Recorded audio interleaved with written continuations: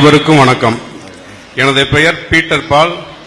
Roman கத்தோலிக்க மதத்தைச் சேர்ந்தவன். ஊர் உத்தமபாளையம்.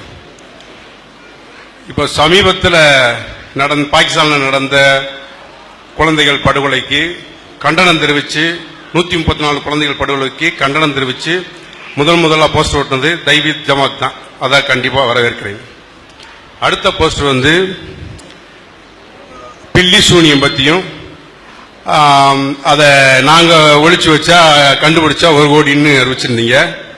அதையும் கண்டிப்பாக வரவேற்கிறேன். ஏன்னா ஒரு ஆள் ஒழிச்சு வச்சதை கண்டிப்பாக இன்னொரு ஆளால் கண்டுபிடிக்கவே முடியாது. அடுத்த போஸ்டர்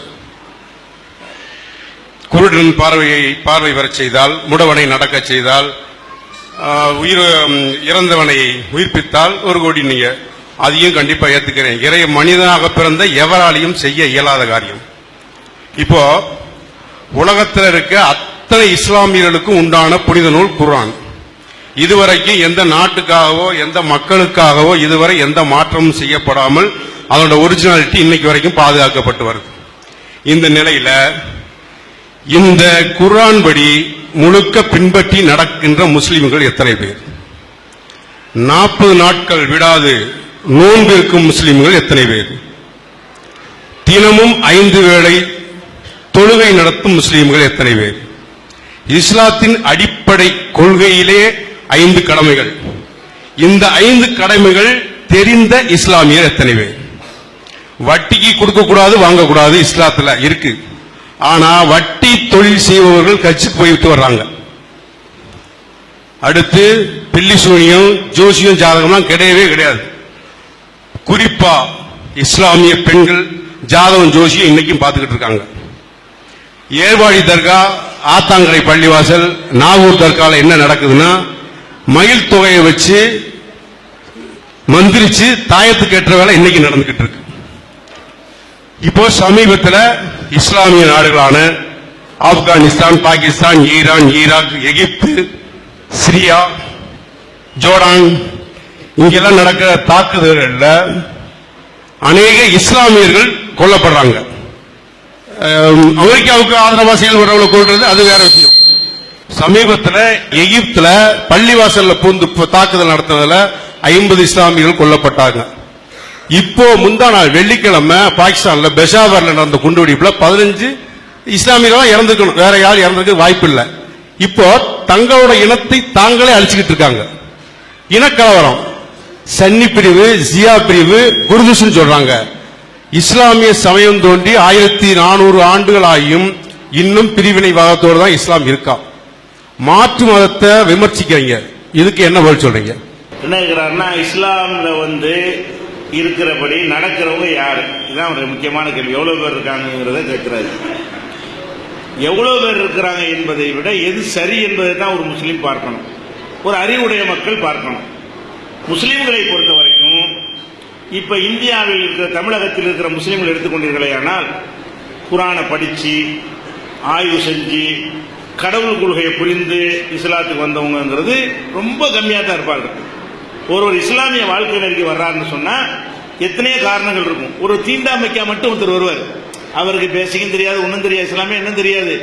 அங்க கோயிலுக்குள்ள வரமாட்டேங்கிறாங்க, இவங்க பக்கத்துல உட்கார வச்சு தொழு வைக்கிறாங்க, இது சகோதரத்துவமா இருக்குது, அது ஒண்ணுக்கு மட்டும் ஒரு வருவாரு. மற்றதெல்லாம் போக போக ஒண்ணு என்ன செய்வாரு, அறிந்து கொள்வாரு. அவரை எல்லாத்தையும் தெரிந்து கொண்டு அடிப்படையெல்லாம் விளங்கி கொண்டு குர்ஆனெல்லாம் படிச்சுட்டு அவர் வரமாட்டாரு. அது போக ஒரு திரும்ப லவ் மேட்டருக்காக ஒருத்தர் இஸ்லாத்துக்கு வருவாரு, இஸ்லாத்தை விட்டும் போகவும் செய்வாரு. அதே மாதிரி மேட்டருக்காக ஒருத்தர் என்ன செய்வாரு, அந்த ஒரு பெண்ணை விரும்பினதுக்காக வேண்டி, ஒரு ஆணை விரும்பினதுக்காக வேண்டி அது மாதிரி ஒரு மதத்துக்கு வருவாங்க. அவங்களோட நோக்கம் என்ன, இந்த பெண்ணை தான் கல்யாணம் பண்ணணும், அது மட்டும்தான் நோக்கமா இருக்கும். எல்லாமே கடைப்பிடிப்பாங்க அப்படின்னு சொல்ல முடியாது. இஸ்லாத்தை 100% புரிஞ்சுக்கிட்டு தான் வரணும்ன்றது அப்படி நாங்களும் சொல்லல.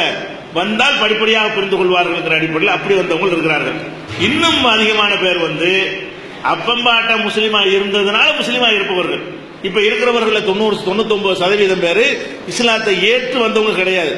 இவங்க எல்லாம் அவங்க தாய் தந்தையர்கள் இந்துவா தான் இருந்திருப்பாங்க. இவங்க தாய் தந்தையர்கள் கிறிஸ்துவரா இருந்திருப்பார்கள். அவங்க விளங்கி இஸ்லாத்துக்கு வந்தாங்களே தவிர இப்ப நாங்கள் எல்லாம் பிறப்பால் முஸ்லீமா இருக்கிறோம்.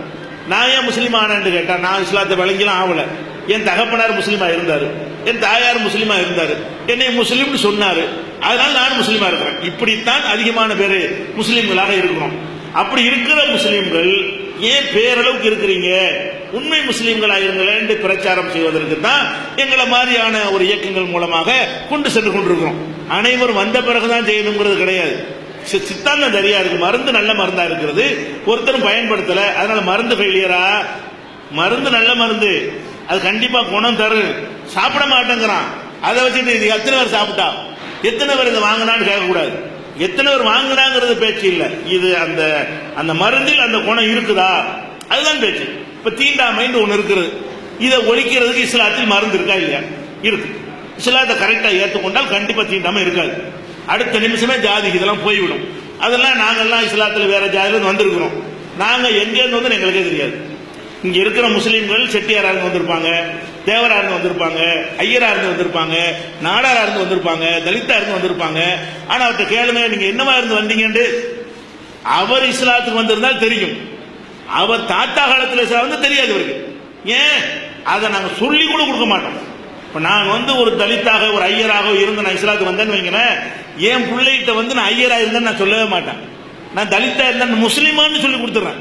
எந்த அளவுக்கு போய்விடுது என்று சொன்னால், நாங்கள் எங்கிருந்து வந்தோம் என்று தெரியாத அளவுக்கு எங்களிடத்தில் தீண்டாம போயிடுச்சு. அதுக்கு என்ன காரணம்? இஸ்லாம். அப்ப இந்த இஸ்லாம்ங்கிற மருந்து நல்ல மருந்தா தான் இருக்கிறது. அதை கடைப்பிடிச்சால் அதுக்கு ரிசல்ட் இருக்கிறது. அதே மாதிரி தொழுகைன்னு ஒரு கடமை இருக்கு. 5 நேரம் தொழுகிறது, 5 நேரம் தொழுகிறது நல்லதா கெட்டதா அதுதான் நம்ம பார்க்கணும். எத்தனை பேர் செய்யலான்னு பார்க்க கூடாது. ஒரு மனிதன் வந்து கடவுள் பையன் இருந்தா நல்லவனா இருப்பான். கடவுள் பையன் இல்லாட்டி ஏமாத்தலாம், அரசாங்கத்தை ஏமாத்தலாம், போலீஸை ஏமாத்தலாம், நீதிபதி ஏமாத்தலாம், தப்பு செய்வான். என்னடா செய்வாங்க, லஞ்சத்துக்கு தப்பிச்சு வந்துருவோம். ஆனா இறைவன் பார்த்துட்டு இருக்கான்னு நினைச்சா அப்படி செய்ய மாட்டான். அந்த எண்ணம் எப்ப அதிகரிக்கும்? உலகத்தில் கலந்து வாழும்போது அடிக்கடி உலக ஆசை வந்து மனுஷனை மறக்கடிக்க செய்யும். ஒரு 5 டைம்ஸ் வந்துட்டு போனான்னு சார்ஜ் ஏற்றிக்கிடுவான். காலையில் ஒரு சொல்லுத உடனே வல்ல நீ தான் இறை நினைப்பு இருந்துகிட்டே இருக்கும். மத்தியானம் உலக வாழ்க்கையில் அப்படி கலந்த பிறகு மறுபடியும் இறைவனை கொஞ்சம் குறையும், சார்ஜ் குறையும். மத்தியானம் ஒரு பிரேயர் பண்ணிட்டான்னு சொன்னா அல்லா இருக்கிறான், அப்படித்தான் படைக்கப்பட்டிருக்கிறோம். உலகத்தை கண்டவுடனே கடவுள் நம்பிக்கை போயிடும். அப்ப ஒரு 5 டைம்ஸ் இப்படி தொடர்போடு இருக்கக்கூடிய நேரத்தில் அவன் வந்து இறைவன் இருக்கிறாங்கிற ஒரு அச்சம் இருக்குமே. ஆனால் அப்படியான ஒரு முஸ்லீமா இருந்தாலும் கலப்படம் செய்ய மாட்டான். ஏன்? இறைவன் பார்த்துட்டு இருக்கிறான். அப்படியான ஒரு முஸ்லீமா இருந்தால் லஞ்சம் வாங்க மாட்டான். அப்படியான முஸ்லீமா இருந்தால் யாரை ஏமாத்த மாட்டான். அந்த ரிசல்ட் கிடைக்கும். எத்தனை பேர் செய்யறாங்கிறது இல்ல, செஞ்சவனு ரிசல்ட் கிடைக்கும். நாங்க சொல்றது என்னன்னு கேட்டா, இதை செய்தால் நல்ல ரிசல்ட் கிடைக்கும். அதே மாதிரி நோம்பு எத்தனை பேர் வைக்கிறாங்க? எல்லாரும் வைக்கல. ஆனா ஒரு 50% முஸ்லீம்கள் வைக்கிறாங்க. நோம்பு பொறுத்த வரைக்கும் 40 நாள் இல்ல 30 நாள், ஒரு மாசம் நோம்பு வைக்கிறாங்க. இந்த நோம்பு வைப்பது எதுக்காக வேண்டி? என்னுடைய உணவு, நான் வீட்டில் இருக்கிறேன், நான் மனைவி மக்கள் யாருமே இல்லை, நான் மட்டும் இருக்கிறேன், நான் சாப்பிட மாட்டேன். ஏன் சாப்பிட மாட்டேன்? இறைவன் தடுத்திருக்கிறான். நோன்பு நேரத்தில் நான் மாத்திரம் வீட்டில் இருந்து எனக்கு பசிச்சால் கூட, எந்த முஸ்லீம் பசிச்சால் கூட சாப்பிட மாட்டான், தண்ணி கூட குடிக்க மாட்டான். ஏன்? இறைவன் தடுத்திருக்கிறான். இறைவன் தடுத்தான் என்பதற்காக வேண்டி என் வீட்டு உணவை நான் தியாகம் பண்ணி இருந்தா அடுத்த வீட்டு உணவை சாப்பிடுவேனா? என் உணவையே நான் அல்லாவுக்கு பயந்து நான் சாப்பிடாமல் இருந்து பயிற்சி எடுத்தேனையானால் அடுத்தவன் சொத்தை நான் எப்படி அபகரிக்குவேன் என்கிற ஒரு நல்ல எண்ணம் எனக்கு ஏற்படும். எத்தனை பேர் அதை பயன்படுத்தும்? அது எனக்கு தேவையில்லை. பயன்படுத்தியவனுக்கு ரிசல்ட், நல்ல ரிசல்ட் கிடைக்கும். இதான் இதே மாதிரி தான் நாங்கள் இஸ்லாமிய சித்தாந்தம் நல்லதான்னு பாருங்க.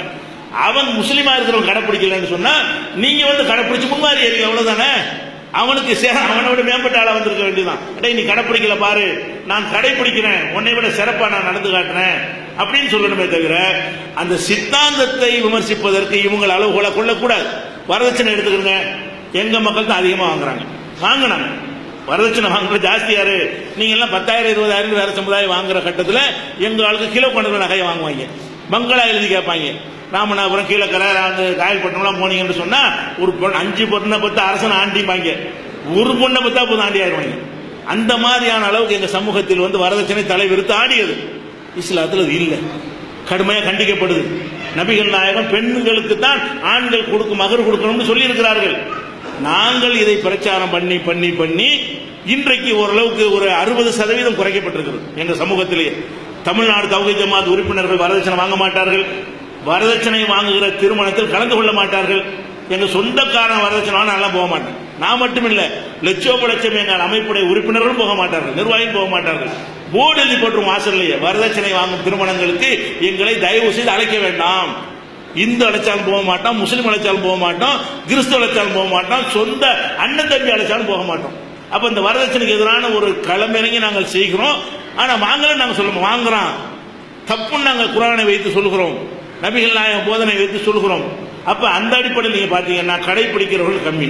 நாங்கள் ஒத்துக்கொள்கிறோம். வட்டி வாங்குற முஸ்லீம் இருக்கிறான், எல்லா தப்புகளும் செய்யற முஸ்லீம் இருக்கிறான், செய்யாதவனும் இருக்கிறான், அதை கடைப்பிடிக்கிறவனும் இருக்கிறான். அப்படிப்பட்டவர்களா மாறணும் என்பதற்கு நாங்கள் ஒரு பக்கம் வேலை செய்கிறோம். ஆனால் நம்ம என்ன பார்க்கணும் என்றால், இவங்க எல்லாம் சின்ன குழந்தைய கொள்றாங்க, முஸ்லீமை தான் கொள்றான். அது கொள்ற இஸ்லாம் அனுமதிக்குதா? எப்படி வரதட்சணை வாங்குறவன் இஸ்லாத்துக்கு எதிராக வாங்குறானோ, வட்டி வாங்குறவன் இஸ்லாத்துக்கு எதிராக வாங்குறானோ, அதே மாதிரி குழந்தைகளை கொள்றவன் இஸ்லாத்துக்கு எதிராக கொள்றான். நம்ம அவனை பார்க்கறத விட இந்த சித்தாந்தத்துக்கு நீ தகுதியற்ற போடா நாய் அவனை விரட்டிட்டு நம்ம கையில் எடுக்க வேண்டியதானே. இதுதான் இந்த மருந்து நாங்க கரெக்டா பயன்படுத்துவோம். இஸ்லாம்ங்கிற மருந்து அமைதியை தான் உண்டாக்கும், சண்டையை உண்டாக்கல, போரை உண்டாக்கல. போர்ல கூட ஒரு அரசாங்கம் தான் போர் செய்யணும், மக்கள்கிட்ட நல்லிணக்கமா இருக்கணும். பிற மத மக்கள்கிட்ட எந்த அளவுக்கு நபிகள் நாயகத்துக்கு ரொம்ப எதிரிகளாக யூதர்கள் இருந்தாங்க. அந்த யூதர்கள்ல உள்ள ஒருத்தரை தான் அவங்களுடைய செக்ரட்டரியா வச்சிருந்தாங்க. 2 செக்ரட்டரியில ஒரு முஸ்லீம், ஒரு ஆள் யூதர். ஒரு யூத இளைஞனை தன்னுடைய அந்தரங்க அவரை கிட்ட வீட்டுக்குள்ளே போக முடியும் என்கிற அளவுக்கு நபிகள் நாயகம் வச்சிருந்திருக்கிறாங்க. அப்படிதான் நாங்க நல்லிணக்கம் வேணும் சொல்லி எங்க மார்க்கத்தில் இருக்கிறது. அதே மாதிரி இப்ப நபிகள் நாயகம் பள்ளிவாசல் உட்கார்ந்து இருக்கிறாங்க. ஒரு பாடி, இறந்த பாடிய யூதருடைய பிரேதத்தை எடுத்துட்டு போறாங்க. நபிகள் நாயகம் எந்திரிச்சு நிக்கிறாங்க. நம்மால் இல்ல யூதர் அப்படிங்கிறாங்க கூட இருந்தாங்க. அவன மனசு தானப்பான்னு சொல்லிட்டு அது எழுந்து போற வரை, அந்த ஜனாசா கடந்து செல்ற வரைக்கும் எழுந்து நின்றுட்டு போன பிறகு உட்கார்ந்தாங்க. அப்ப சொன்னாங்க, நீங்கள் அமர்ந்திருக்கும் பொழுது ஒரு பிரேதம் உங்களை கடந்து சென்றால் அது கடந்து செல்ற வரைக்கும் எழுந்து நின்று விட்டு அது போன பிறகு உட்காருங்கள். இப்படியான பிற மதத்தினுடைய பிரேதத்துக்கு கூட மரியாதை கொடுக்க சொன்ன மார்க்கத்தில். பிற மதத்துக்காரன் அரவணைத்து ஒருத்தன் வெட்டுறான்னு சொன்னா முஸ்லீம் அவன் அப்படி செய்யறதுனால இஸ்லாம் தப்பா போயிருமா? இஸ்லாம்ங்கிறத நீங்க குரான்ல பாருங்க, நபிகள் நாயகத்தினுடைய வழிகாட்டுதல்ல பாருங்க, அது நல்ல பொருள். அது கடைப்பிடிக்க பேர் நிறைய பேர் இல்ல, நாங்க ஒத்துக்கிறோம். கடைப்பிடிச்ச நல்லதா கெட்டது அதை நம்ம பார்ப்போமே. இந்த கெட்டவங்களை ஒதுக்கிட்டு நல்லவங்க கையில் எடுக்க வேண்டியதான இஸ்லாத்தை கைப்பற்றுங்க. எல்லாரும் வந்து கெட்டவனை விரட்டி விடுங்க, நீங்களும் விரட்டி விடுங்க. அதை நாங்க சொல்லுகிறோம். இஸ்லாம் இறைவனுடைய மார்க்கம், இவங்க மார்க்கம் கிடையாது, கடவுள் மார்க்கம் நம்புறோம். அதனால நீங்க சொல்லக்கூடிய விஷயங்கள் எல்லாமே கரெக்ட் தான். அப்படி இந்த மக்கள் இருக்காங்க, கும்பலை முஸ்லீம் பொம்பளை ஜோசியம் பாக்குறாங்க, ஆமா பார்க்கத்தான் செய்யறாங்க, இல்லைன்னு நாங்க சொல்லல. நல்ல நாள் பாக்குறாங்க, கல்யாணத்துக்கு நல்ல நாள் பாக்குறாங்க. இஸ்லாத்துல இல்லது நல்ல நாள்ல ஒண்ணு கிடையாது. நல்ல நாள் ஒண்ணு இருக்குது உலகத்துல கிடையாது. எந்த நாள்லயும் நல்லதுங்கிறது கலந்தா நடக்குது. எந்த நாளா இருந்தா ஒரு நாள் எடுத்துக்கிட்டீங்கன்னா, சில பேர் செத்து இருப்பான், அது கெட்ட நாள். அதே நாள்ல சில குழந்தை பிறந்திருக்கு, அது நல்ல நாள். ஒரே நாள்ல டைவர்ஸ் ஆயிருக்கும், அது கெட்ட நாள். அதே நாள்ல ஒருத்தன் கல்யாணம் ஆயிருக்கு, அவனுக்கு நல்ல நாள். ஒருத்தன் ஒரே நாள்ல ஆஸ்பத்திரிக்கு உள்ள போவான், ஒருத்தன் ஆஸ்பத்திரி வெளியே வருவான், அவனுக்கு நல்ல நாள், இவனுக்கு கெட்ட நாள். அவன் டிஸ்சார்ஜ் ஆகி வருவான், இவன் பேஷண்டா போவான். அப்ப பேஷண்டா போறவனுக்கு எப்படித்தான் இருக்கு? எந்த நாள்ல நல்லது நினைச்சு உலகத்தில் நல்லது நடந்த ஒரு நாளை சொல்லுங்க பார்ப்போம். இல்ல எப்படி சொல்லி இஸ்லாம் சொல்லுது? இப்போ கெஜ்ரிவால் பிப்ரவரி 14ஆம் தேதி பதவி இறங்கினாரு, அதே நாள்ல பதவி ஏத்துட்டாரு. 14 நல்லதா கெட்டதா? இப்ப பிப்ரவரி 14 தான் பதவி காலியா போச்சு. பிப்ரவரி 14 மறுபடியும் முதலமைச்சர் ஆயிருக்காரு. பிப்ரவரி 14 கெட்ட நாள் அப்படி கிடையாது. எந்த ஒரு நாளும் நல்ல நாள் கிடையாது, எந்த நாளும் கெட்ட நாள் கிடையாது.